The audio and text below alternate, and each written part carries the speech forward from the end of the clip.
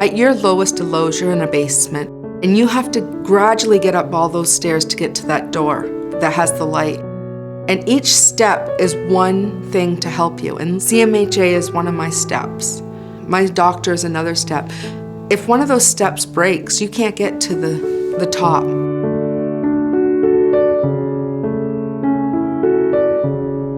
People, shouldn't be shoved aside. I think this organization gives them a chance to say, hey, look at me, making the community aware of those people out here that they have a lot to give. Stigma's there. There was an individual that I had mentioned.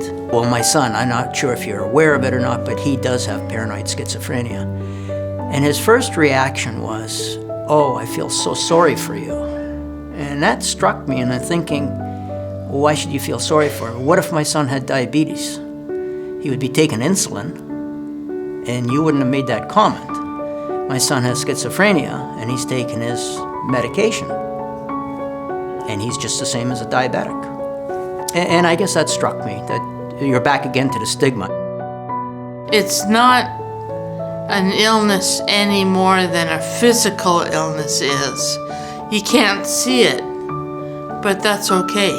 It's a service, just like other services are, but this one caters to my emotional and mental, spiritual needs. There's many times in the illness you don't feel like getting up. It's heavy. You feel like weight is just holding you there. You don't want to get out of your pajamas. You don't want to shower. I look forward to my meetings every week. I have my questions ready. I have what I need to work on. Lindsay goes, page by page and says, okay, let's work on this, and this is what we're going to work on. And she's now one of my foundations of my steps. 2011, our son Julian passed away from head trauma due to an accident he had. At the beginning, we thought, no, we should be able to handle this. We should be okay. We have each other and we can work through this. You come to realize that we need to be there. The strength in numbers.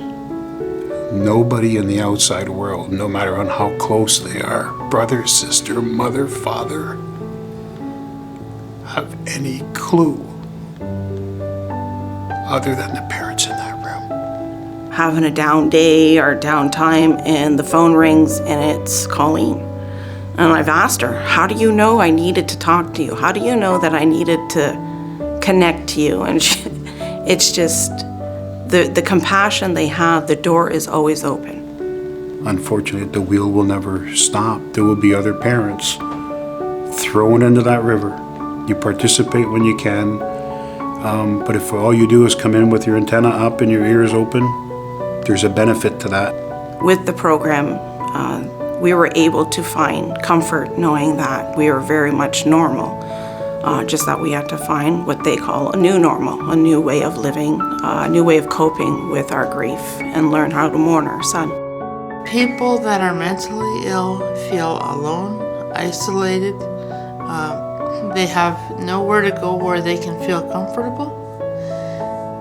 Here gives a place for them to be able to get the help that they need, and for them to feel comfortable to do what they do.